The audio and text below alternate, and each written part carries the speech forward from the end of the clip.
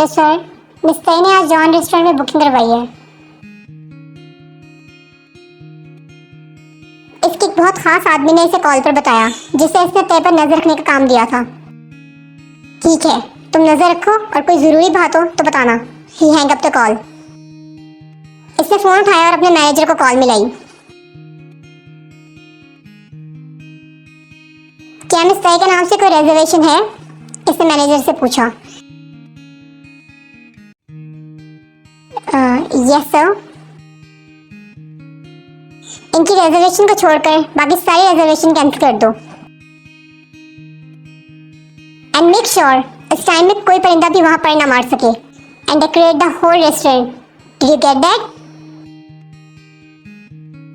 जी sir, बिल्कुल sir, जो आपके ऑर्डर। सो फाइनली रेस्टोरेंट की मालकिन खुद आ रही हैं। ज़हे नसीब, वो ये सुनकर भी बहुत खुश था। Time skip. शुगर ने जिमिन को एक ऑफिशियल डिनर का बोलकर तैयार करवाया। शुगर ने प्लान के अकॉर्डिंगली तय को भी ऑफर की तो वो भी तैयार हो गई। रेस्टोरेंट पहुंचे तो हैरान हुए, वहां तो उल्लू बोल रहे थे। शुगर ने तय को देखा तो तय भी हैरत से इर्द गिर्द देख रही थी। वो अंदर गए, रिजर्व टेबल पर आकर बैठे तो होटल में हर तरफ लाइट्स चल उठी। मैनेजर खुद केक की ट्रॉली खिसकाता इनके पास आया और पूरे होटल में बर्थडे सॉन्ग्स बजने लगे। सब वेटर्स भी विश कर रहे थे। हाँ, वो सब हैरत से ये सब देख रहे थे। तय ने इतने बड़े लेवल पर तो ये सब नहीं किया था। जबकि जिमिन तो खुशी से मरने वाली हो गई थी, क्योंकि वो अपना बर्थडे भूल चुकी थी। इसे समझ ही नहीं आ रहा था कि वो कैसा रिएक्ट करे। मैनेजर केक सामने लाया तो इन्हें होश आया। जब इन्हें कैंडल बुझाई, केक काटा, पहले शुगर फिर तय के मुंह में डाला। वो डिनर कर रहे थे, आपस में मगन थे।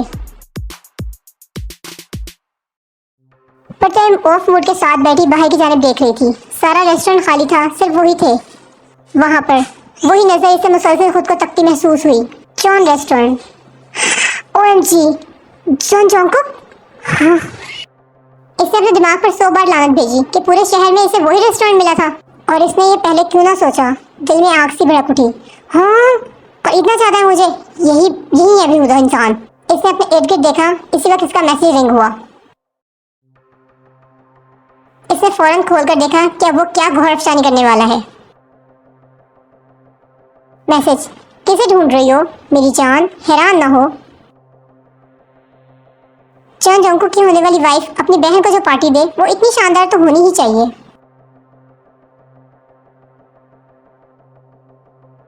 तय को मैसेज पढ़कर आग लगी कि फिर मैसेज आया। थैंक्स बोलने की जरूरत नहीं, इसके बदले में बस मेरी जिंदगी की सबसे बड़ी ख्वाहिश पूरी कर देना। तुम्हारे कातिल दिल को अपने लबों से महसूस करने की ख्वाहिश।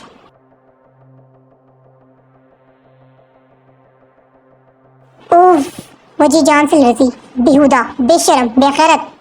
तय ने पहले जोंगकुक फिर अपने आप को कोसा। गुस्से की एक शदीद लहर उठी, वो एक झटके से उठी। क्या हुआ? ये दोनों चौंके। कुछ नहीं, मैं फ्रेश होने जा रही हूँ। वो तनफन करती वहां से निकली। दूसरी तरफ काउंटर वाली साइड पर सामने ही मैनेजर। तुम्हारा बॉस कहाँ है? इसे मैनेजर से पूछा। ज़हे नसीब मोहतरमा।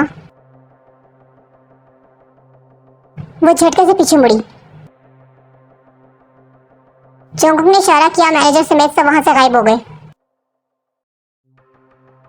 तय गुस्से से सुर्ख चेहरा लिए इसके सामने खड़ी थी। वो हाथ बांधे खड़ा गौर से इसका तपा चेहरा देख रहा था। ये जलील हरकतें करके आखिर आप साबित क्या करना चाहते हैं?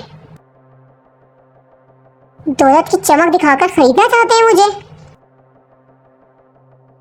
तो ये बहुत बड़ी गलत फहमी है आपकी। नफरत करती हूँ मैं आपसे, ऊपर पड़ने वाली आपकी नजरों से।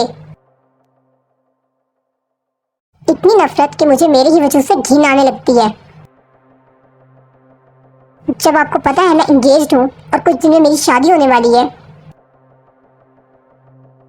तो ये टाइम पास के लिए आप किसी और को पकड़ लें, मुझे कोई दिलचस्पी नहीं।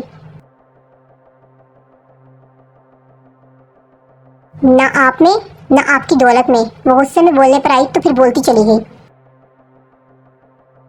जोंगकुक का चेहरा इसके हर लफ्ज पर धुआं धुआं हो रहा था। तुम्हें गलतफहमी हुई है princess. Oh shut up please, मैं कोई प्रिंसेस नहीं हूँ। नहीं, तुम हो मेरी प्रिंसेस। 4 साल से तुम्हारा इंतजार कर रहा हूँ मैं। तुम्हारी बस एक झलक देखकर मैंने तुम्हारा स्केच बनाया था।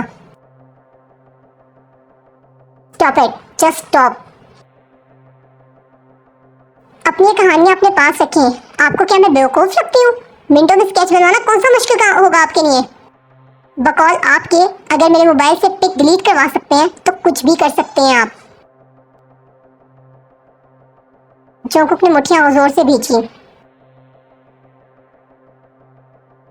अच्छे से जानती हूँ मैं आप जैसे चीप लड़कों को, दौलत दिखाकर हर किसी को बेवकूफ बनाने वाले लूज करेक्टर। कान खोलकर सुन लें, मैं सिर्फ जैक्सन वांग से शादी करूंगी। इन्हीं की हूं मैं। आप जैसों को तो पलट कर देखना भी मैं अपनी तौहीन समझती हूँ।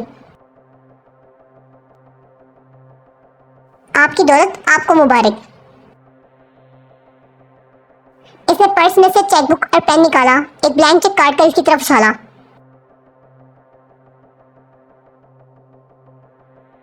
जो जोंकुक पर क़यामत ढाती वहां से निकलती चली गई।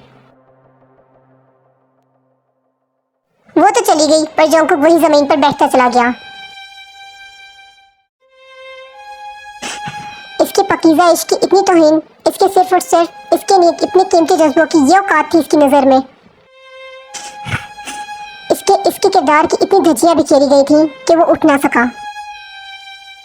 असाब बुरी तरह चटक रहे थे, जैसे अभी दिमाग की रगें फट जाएंगी।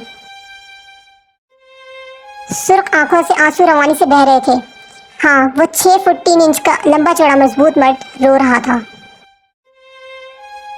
पर करता भी क्या, जो सामने से बोलकर गई थी इसको कुछ कह भी तो नहीं सकता था। वो झटके से उठा और गाड़ी लेकर निकल गया। सो आर्मी, मुझे जरूर बताइएगा कमेंट्स में कि आपको आज का पार्ट कैसा लगा। सरांगियो।